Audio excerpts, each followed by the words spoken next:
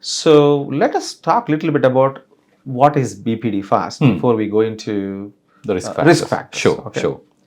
So as I said, the most common presentation is emotional dysregulations. People often say that their emotions change very quickly. For example, in the morning, they may feel sad. By afternoon, they can be very happy. By evening, with the slightest issue, they can become irritable. It's almost like a shower of emotions. Okay. So that is a core component. It's like a torture, right? So we want to be quite consistent with what we are doing. They might appear quite doing very well, but inside they might be struggling a lot. That is one component. Second thing is a chronic sense of emptiness. Even though outwardly they appear to be okay, they feel empty. That something is not right. Something is not there.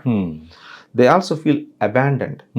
So when they are in the relationships with the people around, they feel constantly threatened by the presence of people around. Okay. That they have a fear that they are likely to be abandoned by them. Okay. So to cope with that abandonment, they go to any extent to preserve the relationships. So that's why they put themselves into risky relationships. They cannot cope with being alone. Okay, that is one aspect. Second, another point is impulsivity. So that means they make decisions in their life very often without thinking about the consequences. Because of that, they face the consequences. They are not necessarily the consequences that they would like to appreciate. So that is another issue. Another thing is one of the most problematic thing for them and the people around is self-harming.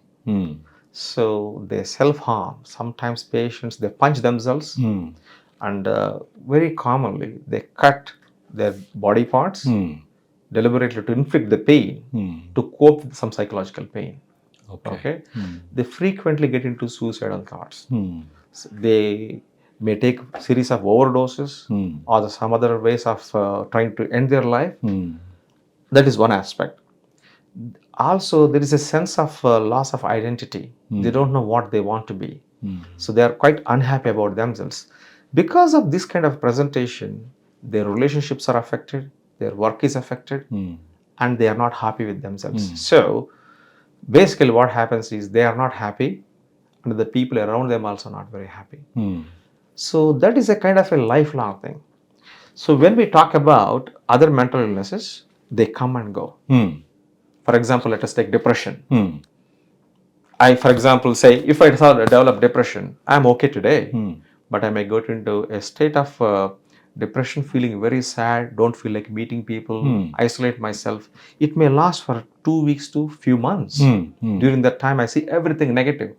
Once I come out of that stage, I'm just like same old Rupesh. So people can see a specific change in overall my presentation for a period of time. Okay. It's a state. Correct. Whereas borderline personality disorder is a trait. It is seen in most of their adulthood. So that's how we need to. So that means it's a constant issue they are battling with. Yeah. So from there, let us go into why people are developing this. The risk factors they're all in the childhood. So for any mental health problems, we look at three sides. Biological, that means the problem may be in our genetics, or the problem may be issues that happen in the time of development in the womb, or some other factors, anything that happens in the childhood.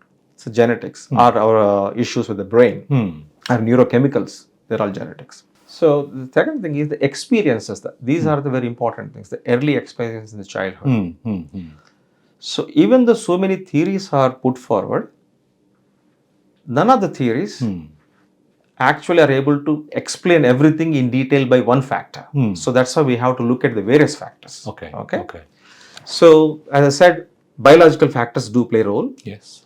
One of the common things is maternal depression. That means if mostly the mother suffers from depression, that increases the risk of this particular condition, right? Correct. So the depression manifests in the form of change in the behavior. Especially when the baby is out of the womb, what is the baby looking for? The care, tender love. So let us go back to not as humans, as animals. The animal world is full of threats around. I'm sure you must have watched the National Geographic Channel. When the baby is out, the predators are around. Correct. So the baby cannot continue to live with the fear all the life. The baby has to develop some sense of security, the trust around the surroundings that comes from the care that the baby receives from the mother. Okay. If the mother is suffering from depression at that time, obviously that is likely to cause a significant neglect to the care of the baby. So within the first year, baby doesn't develop the ability to trust in a love relationship. So that continues as the baby goes along. The next thing is, if that continues to happen and again, the neglect continues. So that means the experiences that baby has received in the first 1 year, if it is repeatedly exposed to that same environment, that doesn't give the opportunity for the baby to develop trust. And again, any sort of abuse, it could be sexual or physical or some other, or emotional or neglect, any sort of abuse that happens in the childhood that doesn't give the baby the opportunity to develop the trust and also regulate the emotions. The abuse could be either from the father or mother or a brother or a teacher, anyone in the trusted relationship. Correct. Okay, so and again, the next thing is the bullying. If the bullying happens in the childhood, especially in the school, that affects the relationship formation with the peers around. Okay, so let us look at emotional development point of view. Sure. A 4-year-old child, the child wants a chocolate. Child cannot wait. Child wants a chocolate immediately. If the father or mother gives a promise that, okay, you do something, I'll give you a chocolate 6 months later. Reward. That doesn't work because the reward is not immediate. It is happening 6 months later. The child is unlikely to understand that. So, but as the child grows older, the child develops the ability to wait for the things to happen. Unfortunately, that ability to regulate the emotion is lost when the child is exposed to the trauma. Correct. Okay. So let us look at it. So sometimes when we feel very anxious, we can't register what happens around. Okay. And we also can't learn. So there are periods when I was feeling anxious, opened the book and tried to read it. I kept on reading, but at the end of the day, I don't know what I have learned. Imagine if that happens repeatedly in the childhood. So the ability to learn to control the emotions is lost and the consequences will continue. So in essence, if we have to say, yes, definitely there is a degree of biological explanation. What we see is more of social explanations and also psychological explanations. It's mostly the issues that happen in the childhood repeatedly. They manifest slowly from the childhood and they extend into the adulthood. Correct. That's what it is. Yes. I hope that makes sense. No, definitely. You were saying shower of emotions, and morning could be this, afternoon could be this, and evening could be some other thing. Can those emotions can be immediate, like within like few seconds, few minutes as well? Yes. So I think you're spot on that. The commonest thing that my patients tell is, and the family around when who come along with the patient to me, they say that their emotions change from minute to minute. Oh, okay. Yeah, that kind of a thing. Yes, not all the patients are not uniform, but if we ask this question, I ask a question. Okay, how often does your mood change? Yeah, it's frequent. Does it also happen like happen changing from minute to minute? Yes, that's the one. Okay. So that means their emotions can change very quickly. That's why people around them also don't understand. So, for example, if I get into a sad mood, the people expect them to be in that mood for a period of time. But if I continue to remain in that sad mood for days together, obviously people don't understand why this person is sad. Let us put it in this way. Suppose if I lost my exam, okay, so that's a kind of a sense of failure, right? So you're expected to be sad.